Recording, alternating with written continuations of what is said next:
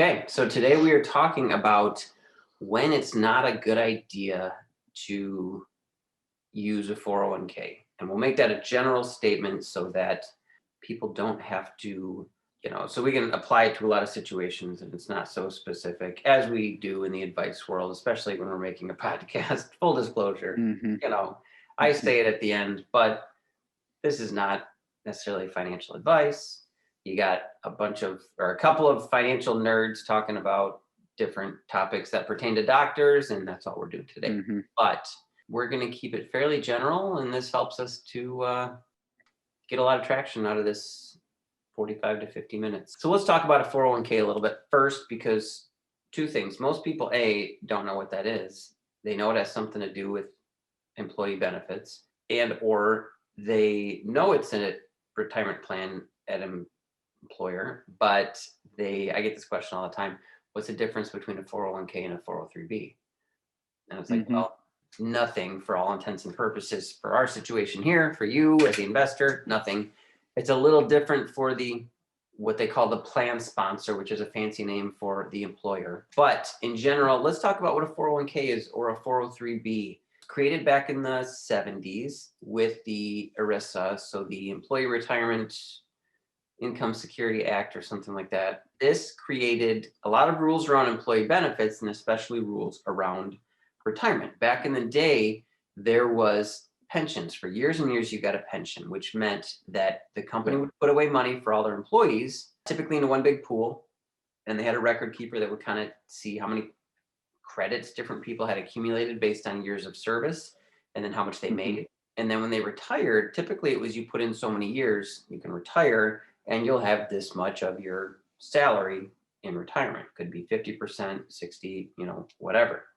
Half of what you're making before, they'll keep paying you even after you're not working. Exactly. And the railroads were big on that, right? That was one of the big pensioners of the 20th century in the 1900s was crazy was pension. the railroads. They're known for having the craziest, best pensions, really paying people out a lot, similar to what they were making before or more after time. And they invested your money for you within the company. And if they lost money or they went out of business, you were pretty screwed. Right. So that really hurt a lot of people. I think that's kind of one of the ways it originated, right? Adding some other options. Right, exactly. When there started to be some economic issues back then, and people began to realize, okay, the market goes up and down, economy goes up and down. I can't necessarily count on the fact that when I want to retire, that my company is going to be solvent or in business still, because we began to see some of that, the Great Depression and different things. Automakers were big on this. Military was big on this. A lot of municipalities, all that kind of stuff. So it was much more common back in the day. And you'd hear about people getting in the military, get their 25 years and out, so they could start at 25, retire at 50 and have a full pension. And then go out and get a job somewhere else and be double dipping basically. And people were living to like 70. Well, and that's why it worked. 65, 70, and yeah. Mm-hmm. So, and there were that plan worked for a while. Same with Social Security, and we'll talk about this one episode, I'm sure. But when Social Security was created with the New Deal in the late 40s, early 50s, FDR created this to, again, same kind of thing. He's like, okay, these companies are going out of business during the Great Depression and during this and that, and government needs to step in and take care of them. So we're going to create a sort of retirement supplement. And Social Security Administration has said this from day one. It was never designed to be your main source of retirement income, although a lot of people it is, unfortunately. But when they started this whole process of how much Social Security taxes would be and what they would take out of your paycheck and the actuarial tables to say, okay, people are going to retire here typically, they're going to live till this long. If that stays the case, then this formula should work. Well, what ended up happening between now and the 50s is people started living longer, and no one predicted that. And why you hear about Social Security going bankrupt or just not in good financial standings, because Social Security had all these promises to pay the retirees, and they didn't have the money when people started living longer. So people are still getting paid. Social Security is working for now. But if you look at your Social Security statement, whatever age you're at, you can go to ssa.gov and you can check it out and you can see the number percentage wise that they assume, like they'll tell you in the year 2035 or whatever it is, plan on these benefits being about 75% of what we state in this statement. I'm not joking. So they already know it's underfunded and it's going to have to be cut at some point. About, shortly after that, they said, okay, it's not going to be just Social Security. A lot of companies now in the 60s and 70s, due to the economy, were cutting their pension programs entirely. And so again, government says we need to step in and help out with this. And they created the ERISA Act and 401ks. What it did was it created a rule around, it didn't force or mandate employers to provide one, although interesting fact, Australia does require all employers to have a 401k type of retirement plan. What happened with a 401k in the US is it created a framework around that when an employer had one, and they made it so that like a business owner wanted to get one because it allowed them to put away a lot of money pre-tax. But if they got one, there were what they called safe harbor rules. And so they had to put certain matches and rules and eligibility and all these different vesting things in there so that employers weren't setting up these things to benefit themselves and kind of screwing over the employees or just not letting the employees contribute. So that's the rule. It was an IRS rule 401k is, where that rule is found. That's why it's called what it is. Mhm. And it's an investment account that your employer sets up that you have the ability to put money into. They may or may not put a match. They may or may not do a profit sharing discretionary contribution, they call it. Mhm. And there's a lot of rules around it for compliance and just to make it fair, but that's what it is. It started out pre-tax because most people assumed if tax rates stay the same, I'm going to make less in retirement. So I'd rather pay the taxes on this money in retirement because I'll be in a lower tax bracket than pay it now. And so they started out in a traditional 401k to be pre-tax, and then somewhere in the mid-late 90s, they came out with a Roth 401k. And most of you guys, if you've been listening for any period of time, you know what a Roth is. But Trevor, why don't you explain the pros, cons of a Roth and give us your thoughts on just the Roth concept of the Sure, Roth? yeah. So yeah, the retirement funds that are sponsored by your employer usually oftentimes come with the perk of if you contribute a certain percentage, or in some cases, even if you don't, the company will match that amount that you put in. And that percentage is a percent of your salary. So if you make $100,000 and they'll put in 4% match, then if you put in $4,000, they'll put in $4,000. Magically, you have $8,000, and that match that they give you, you don't get taxed on as part of your salary. So you don't, it's free money. If you put in the money and they match it, you have free money. If you don't put it in, you get nothing. So you lose an opportunity at free money. So that's why people talk about matches at work being like a huge perk. It's like free money you don't have to pay taxes on. You get to use in retirement. Yep. Roths are great. Roth accounts are a way of contributing to any type of retirement account that has the name Roth in front of it. You can kind of Roth a lot of different things. It's sort of like version 2.0 of Yeah. whatever you're talking about. Yeah. And the Roth version is post-tax money. So you pay your taxes on your income. That's your withholding. So when, let's say you make $10,000 a month, like many physicians easily make $10,000 a month, Yep. and they're taxed at 25% tax bracket. Usually the withholding is that the business will just pay that to the IRS as you go throughout the year. So you don't have to worry about it on tax day and have a huge bill. Mhm. And if you really waited too long, they can even give you a little fine for waiting and holding it throughout the year.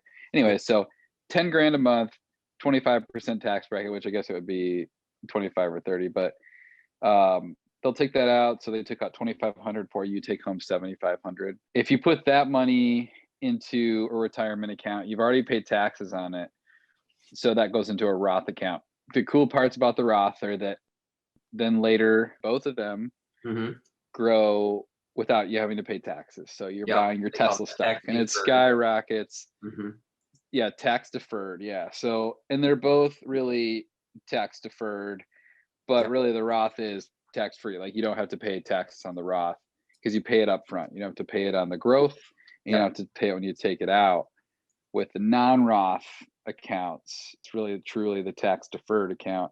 You're able to put that money in straight from your paycheck. That 10,000 that before you take it home and the government takes a piece of it, you can take from that amount and put it straight in. So those are the non-Roth accounts. Those are the pre-tax accounts. And depending on if it's the right kind of account, then you don't have to pay taxes on that now, but you Mhm. will have to pay on it later. So it'll grow and you don't have to pay, like you buy and sell Tesla a few times throughout the years and it goes 10 times its growth, and then you sell it, you just hold a little bit in dollars in your retirement account and you buy some Well, Tesla, maybe it falls yeah, down let's again. explain capital gains briefly, which we can hold for another episode. But in general, when you buy and sell stocks, if you've got a gain in that stock, which is the hope, Yeah. the downside of having a gain is when you go to sell that stock, you have a capital gains tax.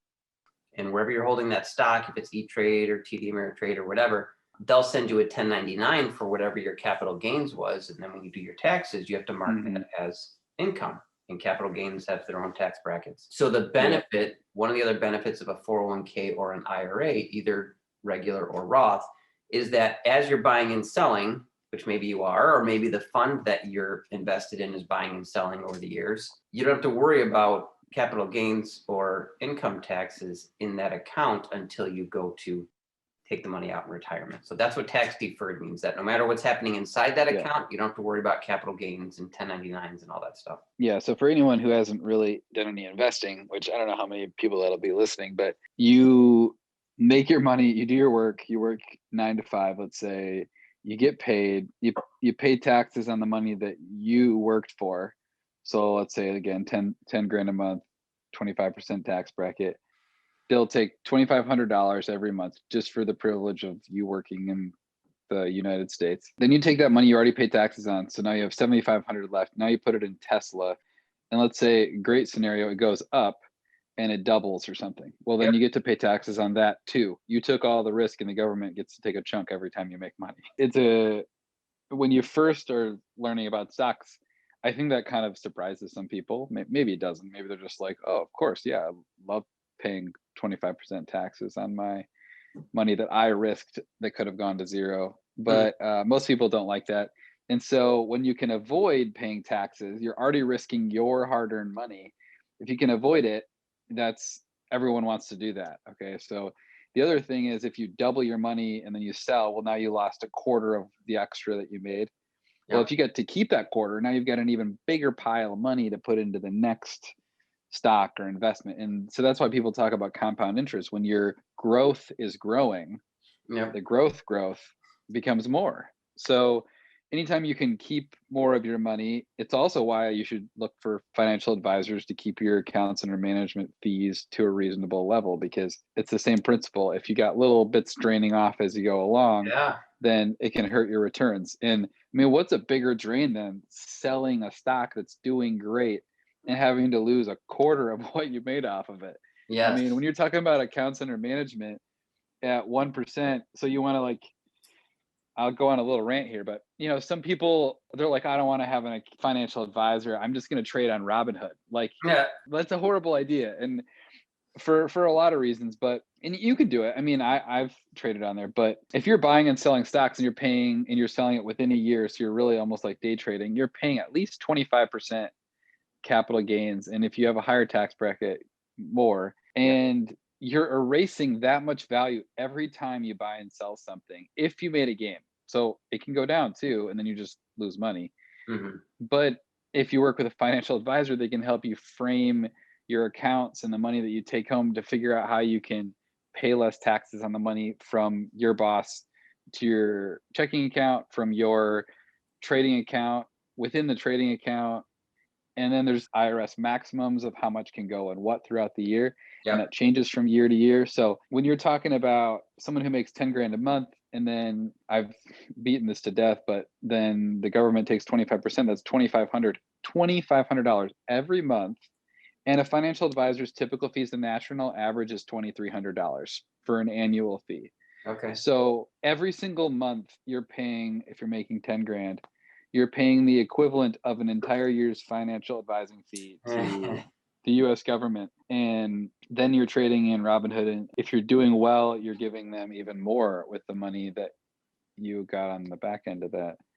Anyways, I'm just framing the thought of, people hesitate to get financial advisors, and the medical community really puts a lot of skepticism in our mind about financial advisors. But I think you could make a pretty strong argument that, having one is better than not having one in almost every case. Yeah, I think there's a balance between just blindly hiring a financial advisor Hmm. and having none because somebody online convinced you to do it yourself. I think there's a balance of getting an Hmm. advisor, but doing your due diligence and educating yourself. Totally. Those resources that the white coat investors put together are pretty good for picking one. But not, I think so. I would go with having a financial plan is like number one.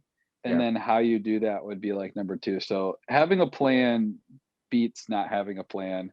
Uh-huh. And having an advisor, if they're reasonable fees and fairly knowledgeable, can present to you their value, Yeah. then it's better to have one than not to have one too. For someone who's an uneducated investor, you're coming from the perspective of, financial advising and nuance and all this stuff. Yep. Hmm. But like, some people, we're talking about the difference between Roth 401ks and 403bs and all that stuff. Like, Yeah. that's the kind of thing that the earlier you paid like a one-time thing to just get the basics and put your money in the right places, would be the better. And I think that is probably why Jim Dolly recommends the fee-based or fee-only guys. Those are two different types. Because at least then you're kind of like maxing out your risk of getting somebody bad, Yep. but you're at least moving the needle in terms of getting your money to work right away. Yeah. So Yep. anyways, I just like to put it in perspective for how much doctors make, how little a fee only or a fee-based advisor, just to try one once would be Hmm. so low risk. It's just a small percentage of what you make. It's Yep. like 1% of your income, or oftentimes it's half or a third of a percent. 1% at the most. Yeah, I've seen as far as when you're charging a retainer fee or a subscription base. Yep. Mm-hmm. Yeah. So bottom line on that, taxes and fees are the biggest drain on investment performance. So just be aware of what you're paying in taxes and fees. All right. Totally. So we kind of went over what a financial or a 401k is and why it's beneficial tax wise. Okay. It's typically pre-tax or tax deductible now, and then it's tax deferred over the years. So you're kind of kicking the can down the road and not paying any taxes until you go to retire, which can be a good thing or a bad thing. I personally believe tax brackets are going to go up over the next 10, 20 years plus. So if you're going to retire anytime after that, you face the potential that, and you're a good saver, you face the potential that you're going to be in a higher tax bracket in retirement, maybe. So that's where the Roth comes into play. Take the tax hit now and then never pay taxes on that money or the growth again. But a lot of times we just do a balanced approach of some in the Mm-hmm. traditional pre-tax side, some in the Roth, and kind of try to hedge our bets a little bit that way. So as Trevor was saying, there's a match. A lot of times at employers, a match means they don't put any money in unless you put money in. A defined contribution means they'll put money in even if you don't put money in, which happens. At the end of the day, guys, if you have a 401k or a 403b, get your employee benefits handbook and summary and just be aware, educate yourself on what they offer and make sure you're taking full advantage of it. Because if you're not putting in the full amount to get the full match, a lot of times, for example, you've got to put in 6% and they'll put in 4%, or you put in 10, they put in 5, or whatever the case might be. If you're not doing that full 6% to get the full 4% match, then you're leaving money on the tables. I think that's generally good advice to no matter who you're talking to. But today we just wanted to touch on, now that you know what a 401k is. Oh, and to add a little bit too, people ask, what's a 401k invested in? Well, the answer to that is Mm-hmm. whatever you want within reason. So in a 401k, they give you a list of, let's say 40 or 50 different funds or investment options inside there, and you can pick. And so it's not like the employer invests it for you. You still pick what it's invested in. Yeah, and oftentimes there is a default. 401ks tend to be automatically invested in something. If you open your own accounts, like a lot of people use Vanguard, Yep. it's a brokerage. So that just means they can open accounts for you and they have different types. So you can do all sorts of retirement plans. Those tend to not automatically, and I don't actually, if you open it yourself, it's not automatically going to be invested in something. Probably So not. Yeah. if you want to max out a Roth IRA and you're a resident, you can open one up for super cheap at Vanguard, and then you put in your $6,000 and you just transfer it over, and then it sits in that account.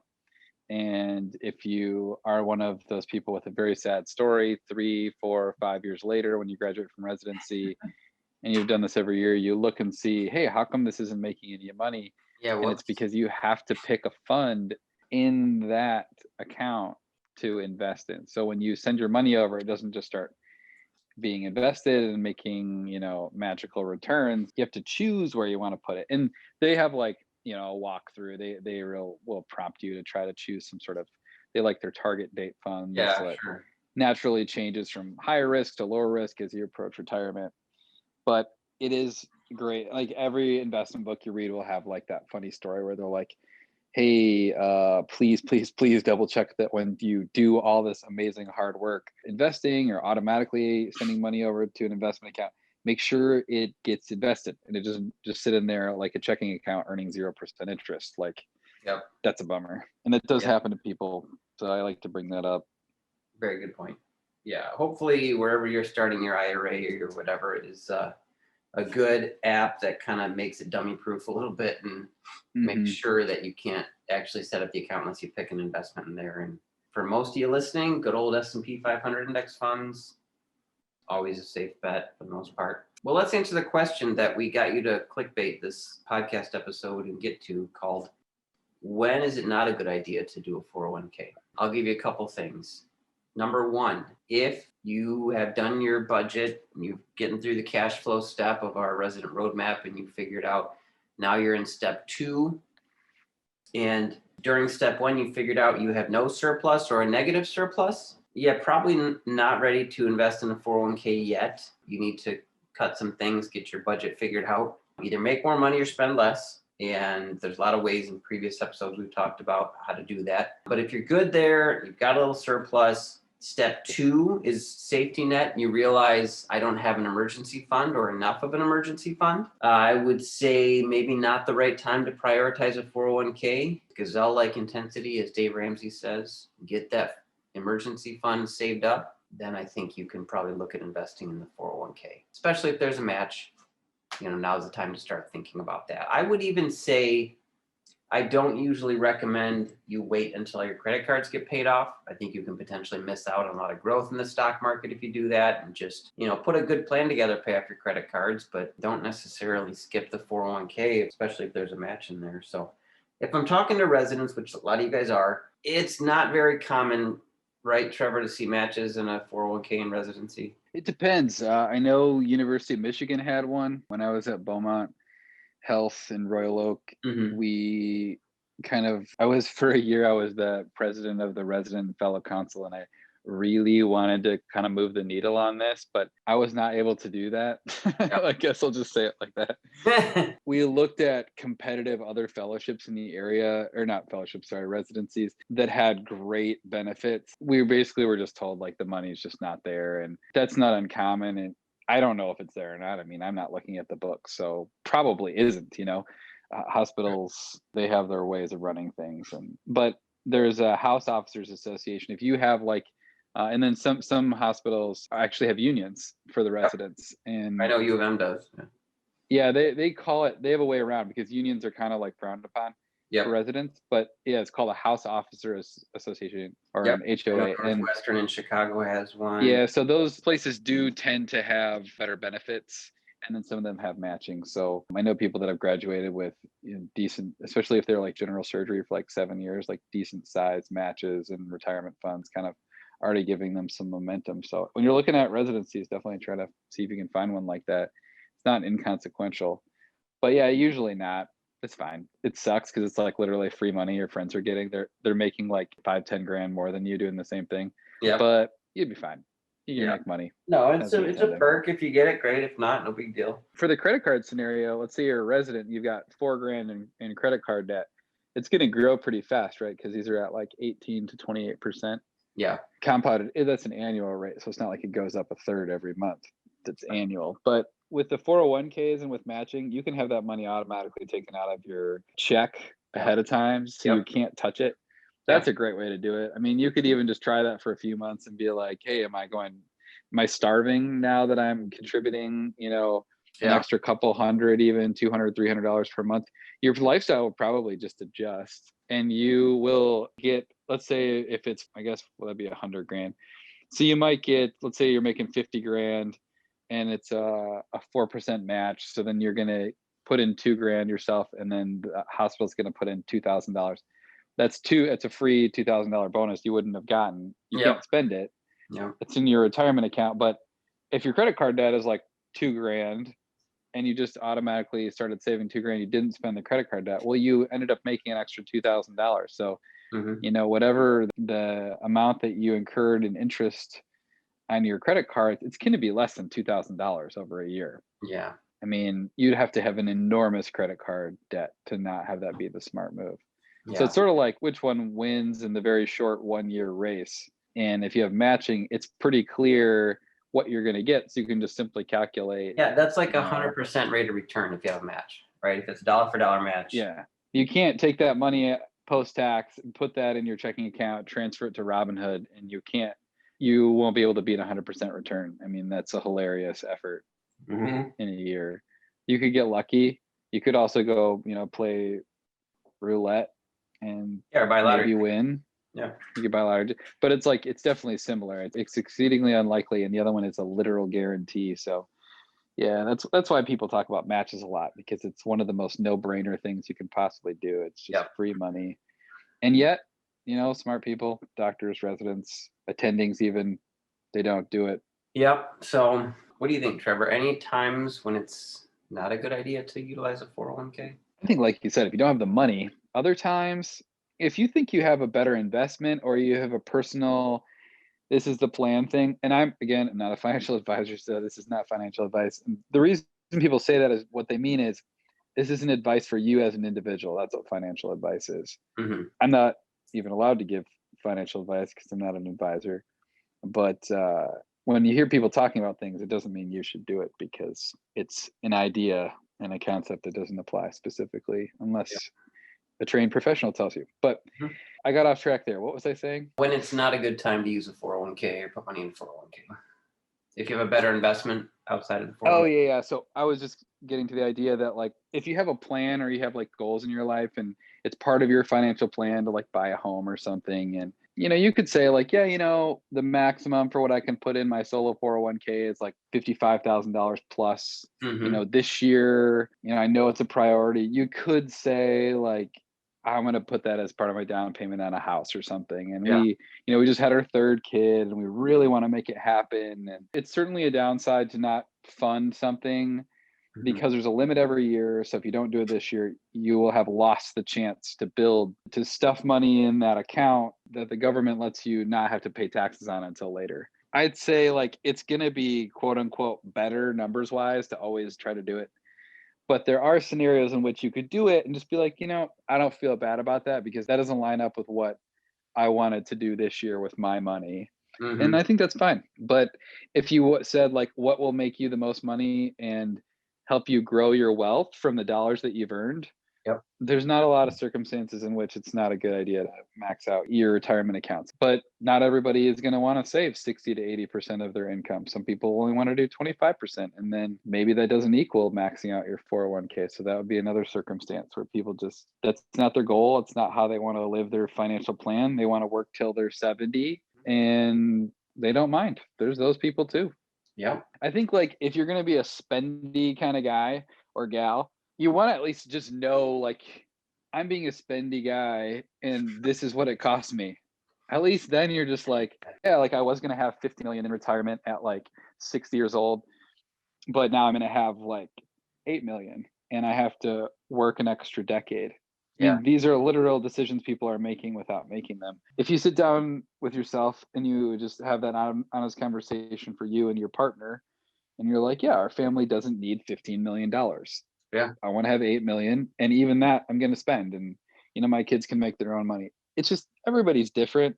So you can use that everybody's different argument to whitewash a lot of terrible decisions. So that's a slippery slope. I don't know. I'd say that's the best argument for not doing it. It's just like, hey, I know what I'm doing. I'm making an informed decision and I'm giving up, this opportunity. It's opportunity cost, but I acknowledge it and I'm going to spend this money some different way.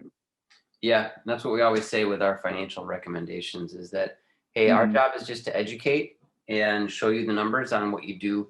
What happens if you make this decision versus this one, and then let you make the decision. I'm not going to tell you what you should do. I'm going to say, okay, if you buy this car, if you buy this house, if you pay off your loans in 5 years or 10 years or 15. Here's the different scenarios of what happens depending which path you go down. And you may choose the path that I wouldn't recommend, but as long as you know what the consequences of that are, I'm okay with that. And that's kind of funny how many parallels there are with parenting. But I tell my kids that, like, listen, buddy, what you do here, my 8-year-old's like, do I have to do this?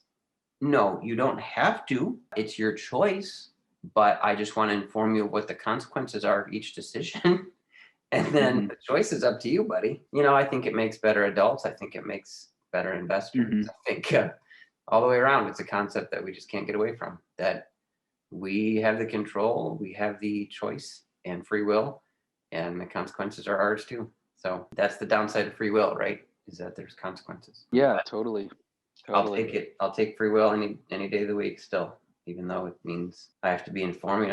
We can talk about politics and voting, of just being, free versus taken care of and provided for. It's like, I'll take freedom every time. I think any American would say that. Yeah, we definitely value that quite a bit. Sure. Back in 1776, we were willing to kill people for it. I'm just thinking, as we were talking, I was trying to think, like, what are the interesting things about a 401k?